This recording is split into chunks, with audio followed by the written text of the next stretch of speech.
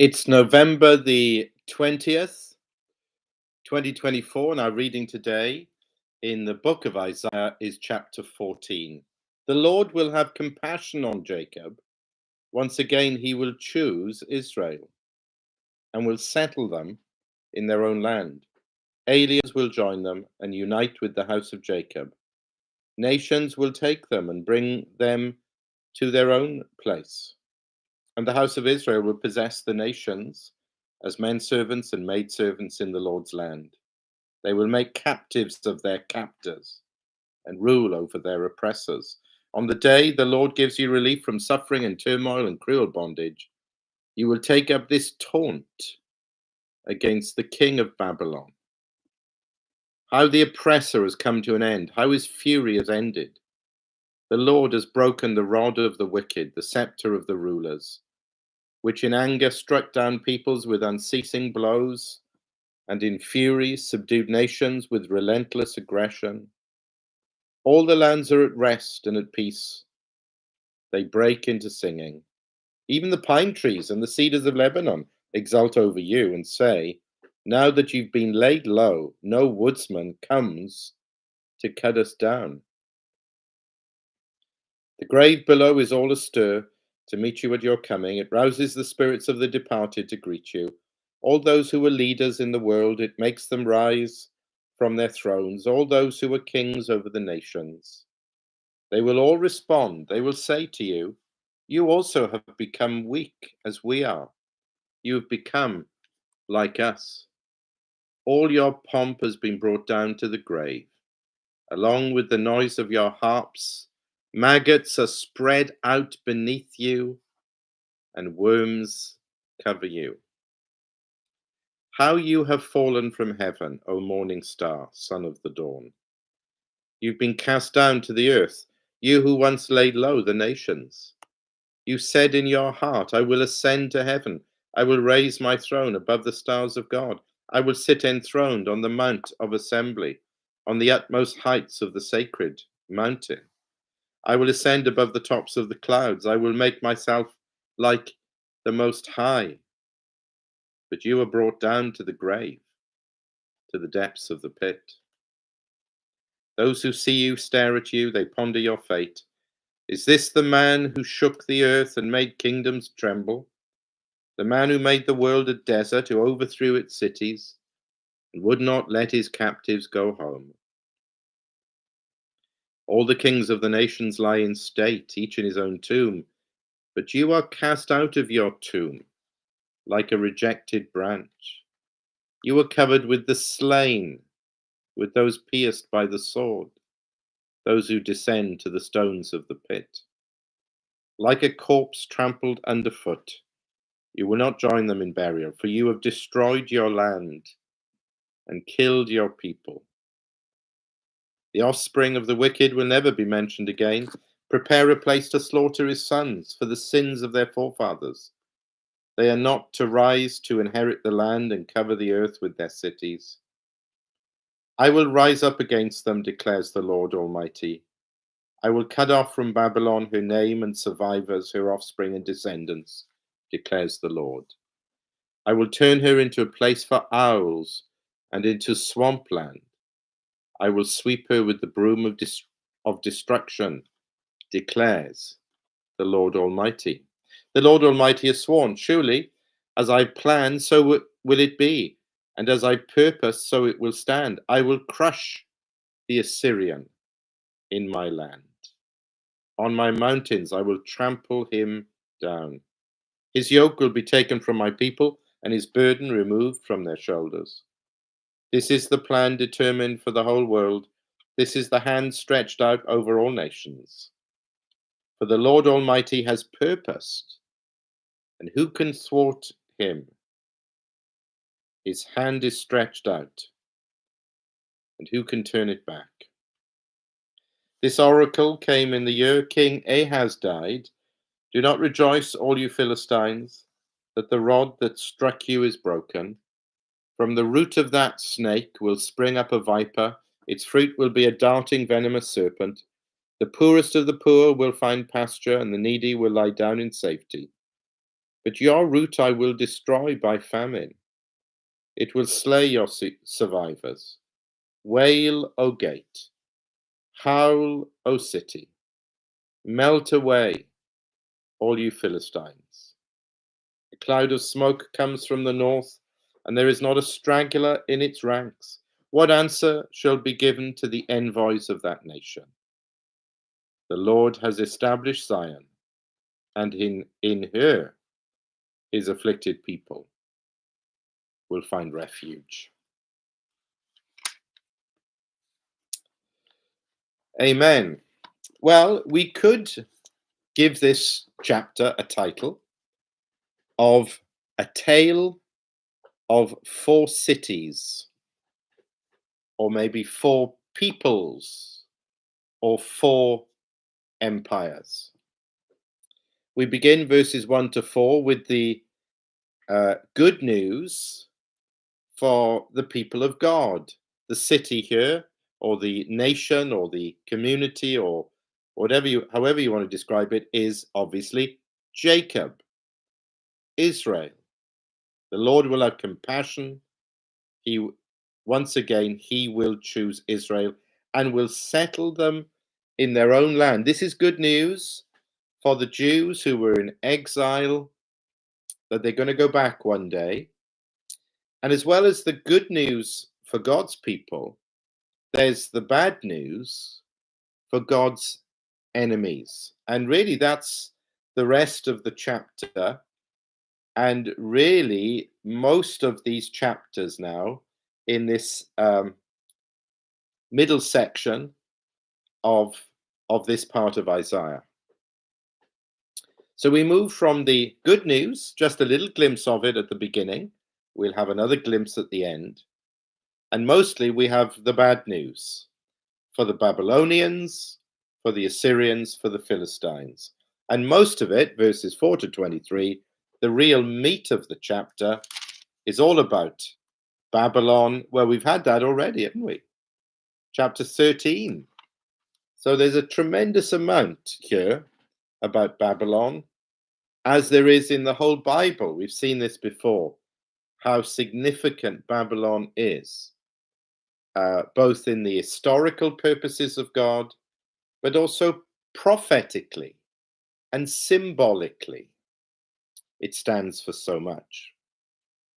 And the interesting thing that Isaiah does in this chapter is that he focuses it down onto an individual, onto a person. Yes, he refers to many of the leaders of Babylon, and I think maybe other countries as well.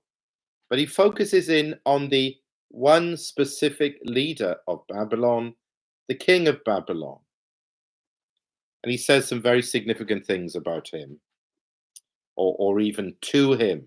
This is called a taunt, verse 4, against the king of Babylon. Once God's people have been set free, once they're out of captivity and on their way back, and Babylon has been destroyed, then these are the sorts of things that the people of God will sing, and directed towards Babylon as a whole, but specifically here to the king.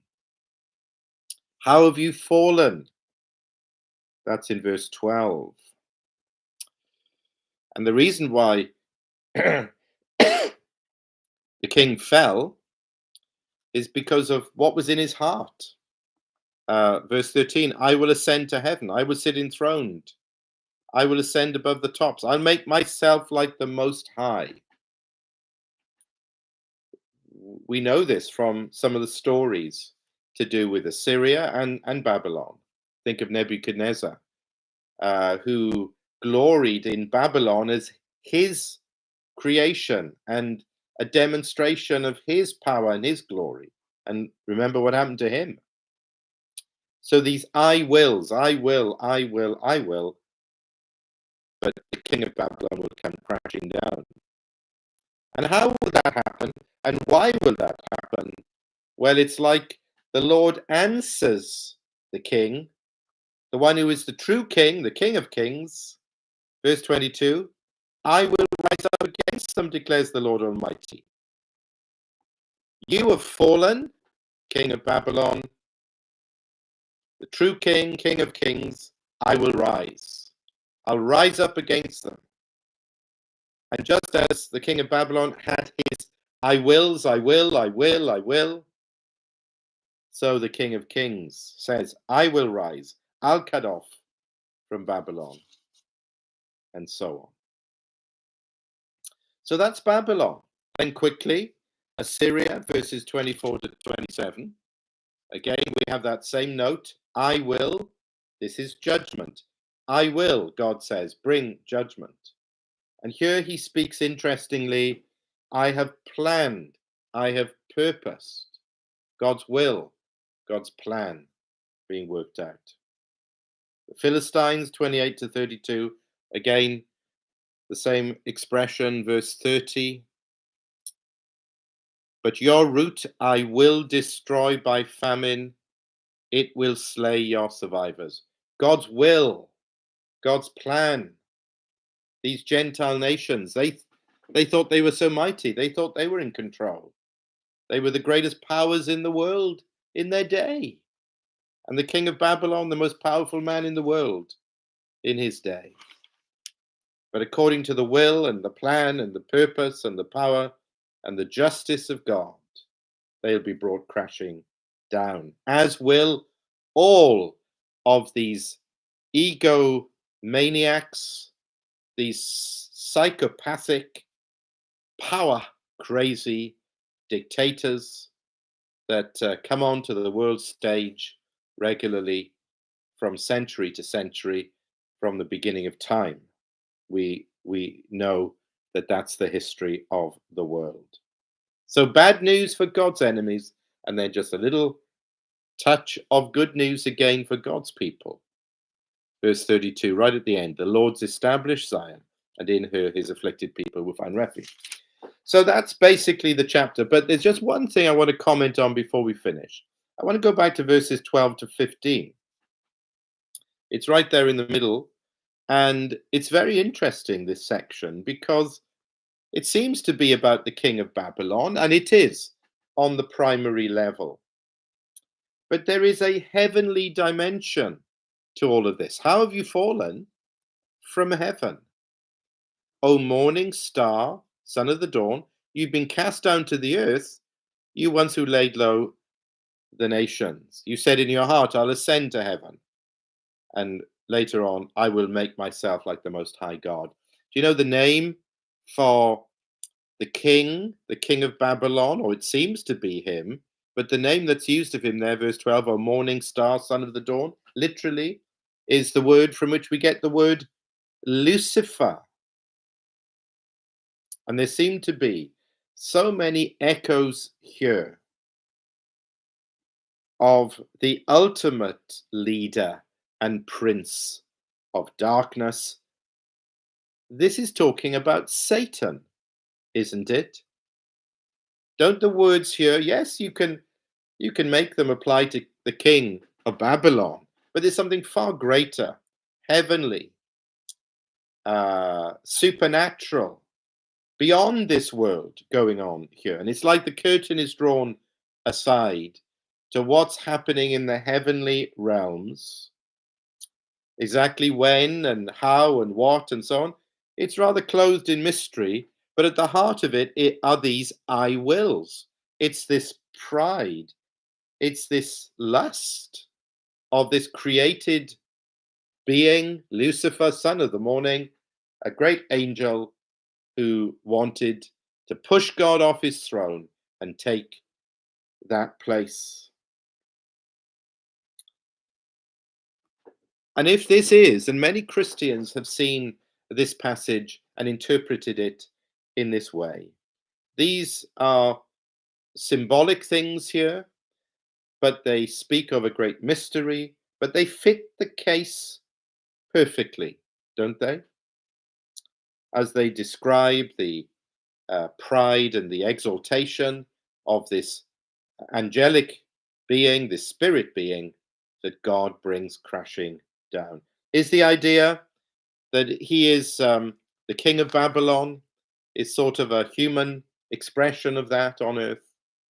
Is the idea that behind Babylon, behind the king, behind the whole system, which is going to be judged and brought crashing down, is that ultimate power of the evil one. And some have seen in Ezekiel 28, in the king of Tyre, a very similar parallel. You might want to look at that at some point. I think this is what our Lord was talking about when the disciples came back, the 72. They were thrilled at their ministry, but the Lord said to them, I saw Satan fall like lightning from heaven. This is Luke 10, verse 18. Verse 19, I've given you authority to trample on snakes and scorpions and to overcome all the power of the enemy. Nothing will harm you. However, do not rejoice that the spirits submit to you, but rejoice that your names are written in heaven. It's in the finished work of Christ on the cross and his mighty resurrection and ascension and exaltation and victory over the world, the flesh, and the devil. That's the basis of our ultimate victory and ultimate heavenly comfort. And that's why the chapter begins with good news and ends with good news. The comforting words with which the chapter ends, because Christ has conquered the devil. He's brought him crashing down. Yes, he's alive, he's active, but he's a defeated foe. He's like a wild animal, a wild dog, but he's on a chain. No wonder we have this comfort then. Isaiah 14, verse 32, the Lord has established Zion, and in her his afflicted people will find refuge.